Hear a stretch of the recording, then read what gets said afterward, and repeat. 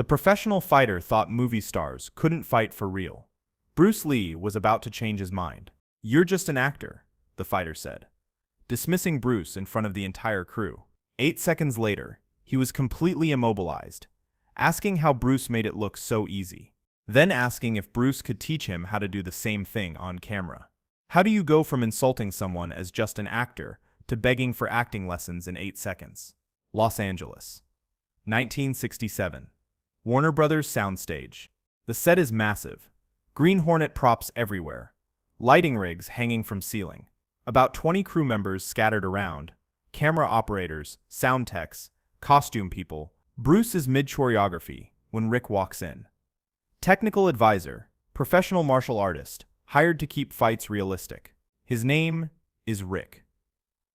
5 years competing, full contact. Multiple tournament wins. Karate and kickboxing background. The studio brought him in specifically because Bruce's choreography was getting creative. Too creative, some executives thought. The producer is sitting 10 feet away in his director's chair, watching Rick evaluate every move Bruce makes. Rick's been watching for 2 days now, getting increasingly frustrated. What he's seeing doesn't match what he knows about real fighting. "This looks good for camera," Rick says, during a break loud enough that not just the crew hears but the producer hears. Really impressive visually. But it's not how real fighting works. Too much flash. Too many unnecessary movements. This is movie kung fu, not actual combat. Bruce stops mid-movement. The crew around him freezes. You can feel the temperature in the room change. He turns slowly to face Rick. "You think what I'm doing isn't real fighting?" "I'm saying it's adapted for film," Rick replies. "And that's fine. It's entertainment. Looks impressive on screen. But if you tried this against someone who actually knows how to fight," he shrugs. "Against real competition, this stuff wouldn't survive first contact." Rick isn't trying to be cruel. He genuinely believes what he's saying. He spent 5 years in full contact competition. Felt what real strikes do to your body. Knows what works when someone's actually trying to hurt you. And what Bruce is doing right now, the lightning fast hands, the spinning back kicks, the acrobatic elements, all of it looks too choreographed, too polished, too much like performance art, not enough like actual fighting. "You're an actor," Rick continues, aware the producer is watching this exchange. A very good one. Excellent screen presence. But there's a fundamental difference between looking like you can fight and actually being able to fight when someone's coming at you for real. 15 crew members are watching now. Camera operators have stopped adjusting equipment. Sound technicians have put down their headphones. The producer has leaned forward in his chair, suddenly very interested in how this plays out. This is the kind of tension that doesn't just stop one scene. It can stop entire productions.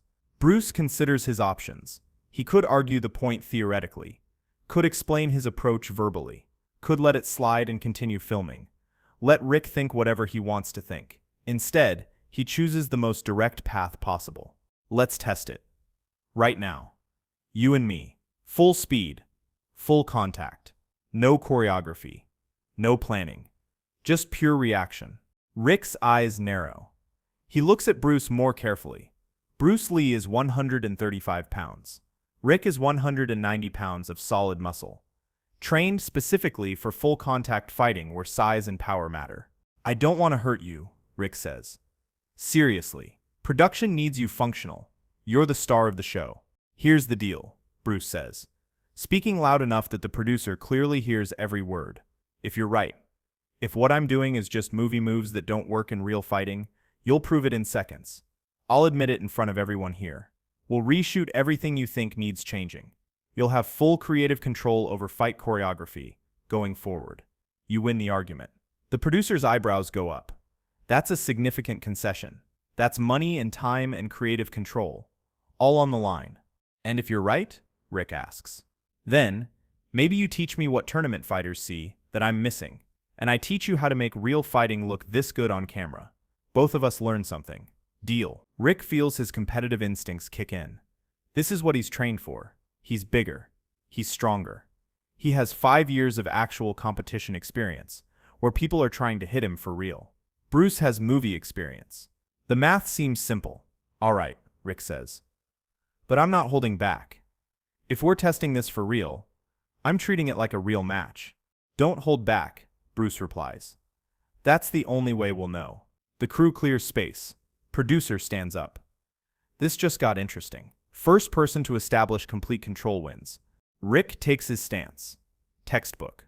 Bruce stands differently. Mobile, weight forward. Lead hand extended. 3, 2, 1. Beat 1. The attack. Rick launches his tournament combo. Jab cross low kick. Fast. Powerful. Scored him points for years. Bruce's hand barely moves. Tiny parry. Body shifts. The jab redirects. Cross misses. Kick hits air. Rick resets instantly. Low kick to destabilize. Punches to follow. Bruce's leg lifts. Kick passes under. He's inside Rick's range before the punches can extend. Light touch on Rick's shoulder. Then gone. Rick freezes. That shouldn't be possible. A crew member whispers, "Did you see that?" Beat 2. The realization. Rick changes tactics. Uses his size. Moves forward aggressive. Throws his power punch. Bruce slips by millimeters. His footwork creates an angle. Bruce's hand taps Rick's face. Light. Just placement. No force. Rick's breathing changes. Not tired. Mentally stressed. Every technique he throws, Bruce is already solved. Rick commits. Full takedown attempt. If striking won't work, grappling will. But here's the part nobody noticed until it was over. Bruce's hips shift back. One hand controls Rick's head, other controls his shoulder. Perfect structure. Rick's momentum redirects. The takedown dies before it starts. Beat 3. The end. Rick feels himself turning. Bruce's positioning, somehow behind him. He tries to spin. Too late. Arm around neck. Not choking. Not squeezing. Just there. Rear naked choke position. Fully locked. If Bruce applied pressure, this would be over. 8 seconds total. Bruce releases. Steps back. Rick stands there, his breathing hard. Not from physical exhaustion, from mental overload. Trying to process what just happened to him. He's a professional fighter. A tournament champion. He knows his techniques work because he's won matches with them against other skilled fighters. He just threw everything in his arsenal.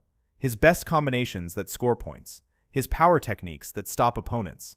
His grappling that controls larger men at someone literally half his size. And absolutely nothing worked. Not because Bruce was stronger. Rick could feel that wasn't the case.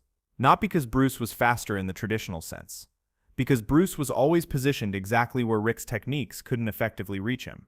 Every single attack Rick committed to had already been solved, neutralized, rendered irrelevant before it even landed. The producer is standing now, completely silent. The crew is completely silent. Everyone just watched something that shouldn't be possible, according to conventional fighting wisdom. How did you? Rick's voice comes out differently now.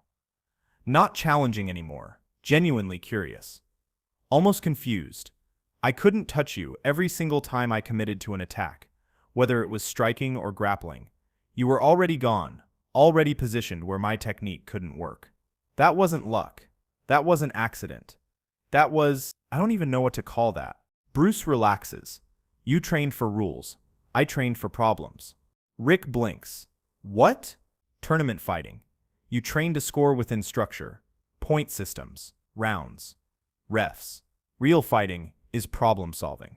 Positioning before technique. Timing before power. Every move you threw was good. Just hit empty space because I controlled where I was before you threw it. Something shifts in Rick's face. The choreography, it wasn't just for show, no. But it's adapted for camera. Real fighting is efficient. Minimal movement. Camera can't capture that. Looks like nothing happened. So I amplify it. Wider angles. Extended positions. Make efficiency visible, but core principles? Real. A long silence. Then, Rick says something that changes the entire energy in the room. Can you teach me? Bruce raises an eyebrow, genuinely surprised by the question. Teach you to fight? You already know how to fight. You just proved that. Your techniques were all sound, properly executed. No, Rick says. And now there's something different in his voice. A kind of humility that wasn't there 3 minutes ago. I'm not asking you to teach me how to fight. I can do that. What I'm asking is, can you teach me to make it look this good? On camera? He gestures at the set around them. I've been competing for 5 years, won matches, trained with some of the best in my discipline, but watching what you just did to me, and then thinking about how you translate that same effectiveness into something that looks amazing on screen, that's a completely different skill. I can fight, but I can't make fighting look like art the way you do. You can clearly do both. The crew is listening now. This isn't what anyone expected when this confrontation started. I spend all my time training to win. Rick continues. But you've trained to win and to make winning look incredible on camera. That's two completely different domains of expertise, and I only have one of them. What happened in those 8 seconds? Rick discovered tournament fighting and applied fighting optimized for different things. Both legitimate, both demanding. Different goals. Tournament. Score points. Win decisions within rules. Real application. Control position. End confrontation efficiently. Bruce trained for the second. Rick trained for the first. That's what Rick felt. 1 hour later, back on set, production resumed. Energy completely different. Rick's not skeptical anymore. He's fascinated. Watching Bruce work, he sees it, real technique amplified for camera. Core movements efficient. Theatrical elements, extended positions, dramatic angles, layered on for storytelling, not replacing technique. Enhancing communication. Rick approaches during break. What you showed me, positioning, timing. I never trained that. I trained to exchange within rules, not control space and prevent exchanges. Bruce nods. Competition has value, pressure, resistance, but it's not complete training. Rick looks at the next scene being set up. And making it work on camera, that's completely separate. Exactly. Camera needs angles that rid, movements that communicate, pacing that builds tension. You can fight incredibly and look terrible on film if you don't understand cinematic storytelling. That's what I want to learn. Bruce taught him, and many martial artists who came to Hollywood over the years. But expectations were always clear. Film fighting and real fighting are different crafts. Both valuable. Different requirements. Real fighting. Efficiency is everything, Bruce would tell students. Camera needs visible action. Clear movements. Extended positions. Amplify without losing core principle. The methods start with real technique. Understand what works. Leverage, angle, timing. Then, how do we make this visible? Extend wind-up, pause at impact. Adjust camera angle, test.